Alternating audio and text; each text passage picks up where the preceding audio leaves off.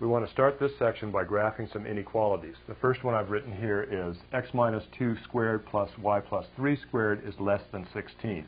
So you can see it's an inequality that's nonlinear. I'm going to use the same methods I've used in the past by first graphing the boundary. So the boundary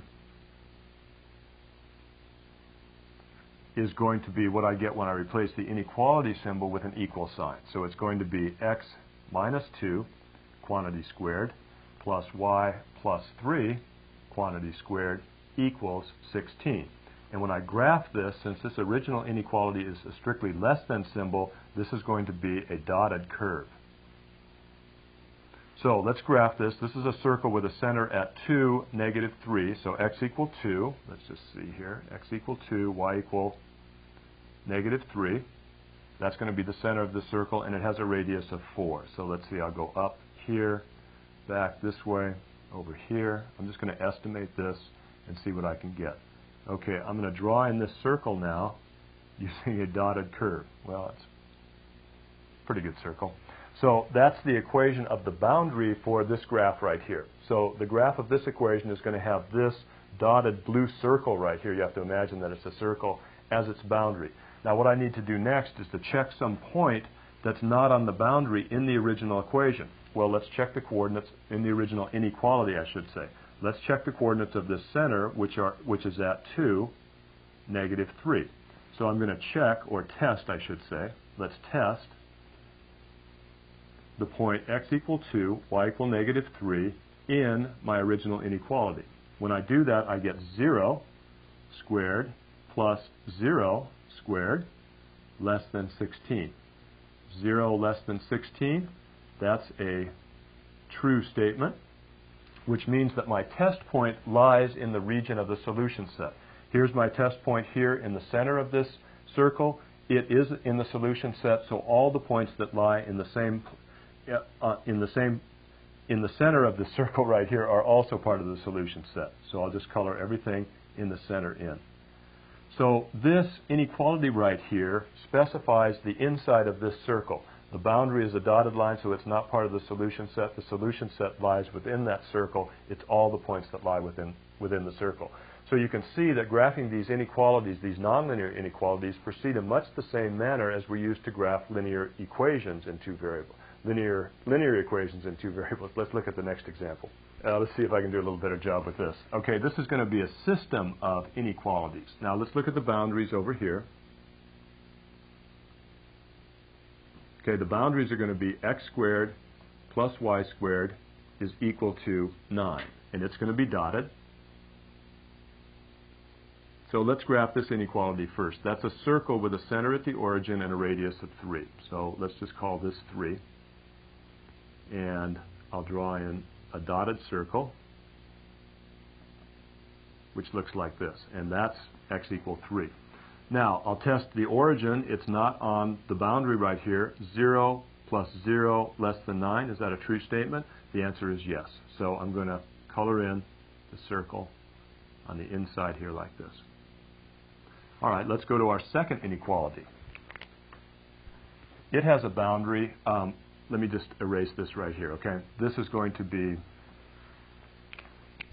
I just want y here instead of y to the second power. I copied this problem wrong. Anyways, it's y is greater than or equal to x squared minus 1. That boundary is going to be y equal x squared minus 1, and I'm going to graph it with a solid line. Now, y equal x squared minus 1, when x is 0, y is negative 1, so it goes through the y-axis right here. It's a parabola, so if I go over 1 and up 1, I'm back on the curve. Over 2, I'm going to go up to 3, so I'm going to be up here and here. Anyways, this graph is going to look like this. Okay, that's the boundary. I've drawn it with a solid curve. Now I want to test some point that's not on the boundary. Again, the origin is not on the boundary, so let's test 0, 0 in the original inequality. 0 greater than or equal to 0 squared minus 1. Is 0 greater than or equal to negative 1? The answer is yes. So I'm in the correct region when I'm here at the origin. So the graph for this inequality right here lies inside this parabola. So that's going to be this. Now, when I want to graph the solution to this system of inequalities, what I want is all the points that do this and also do this. So where is that on my curve? Let's take a look. Or where is that in these regions right here? Everything that's inside this little part right here. So it's dotted here, it's solid down here, and then it's everything inside.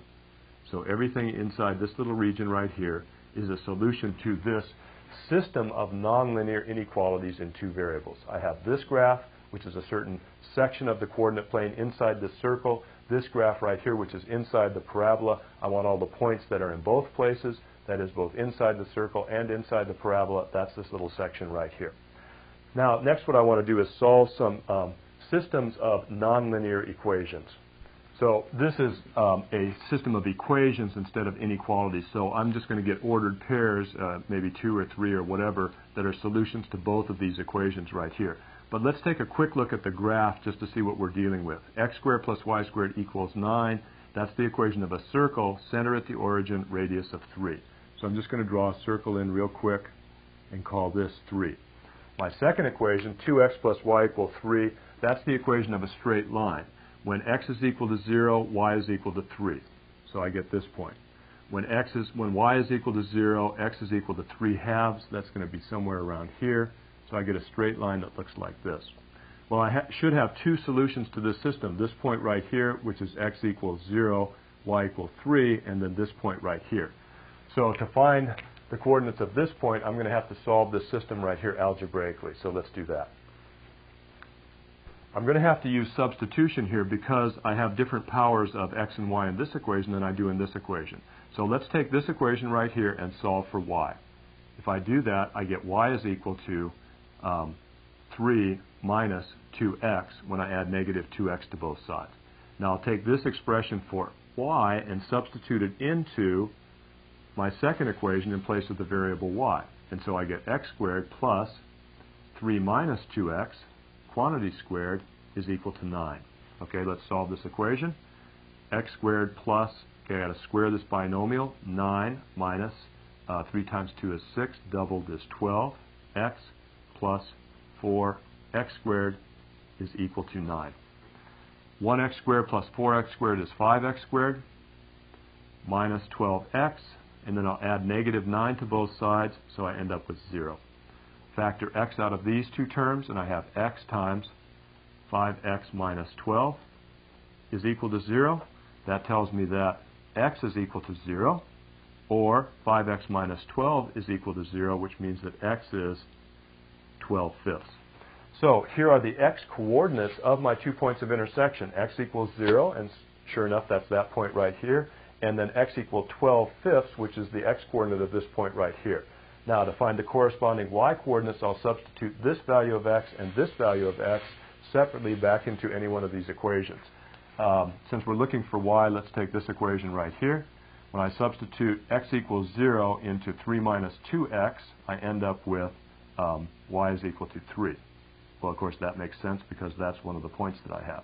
Let's substitute in x equals 12/5. I get y is equal to 3 minus 2 times 12/5. Now, multiply through by 2 here. I get 3 minus 24/5. That's 15 over 5 minus 24 over 5. And that should be negative 9/5. That's my value of y. Here's this value of y. I end up with two solutions. X is equal to 0, y is equal to 3, and x is equal to 12/5, y is equal to negative 9/5. So the coordinates of that sort of mystery point that we had when we graphed these, this point right here, its coordinates turn out to be 12/5 and negative 9/5. So in fact, when I solve this system algebraically using substitution, I end up with two ordered pairs that are solutions, and that information is consistent with the information that I got over here when I graphed the two equations to begin with.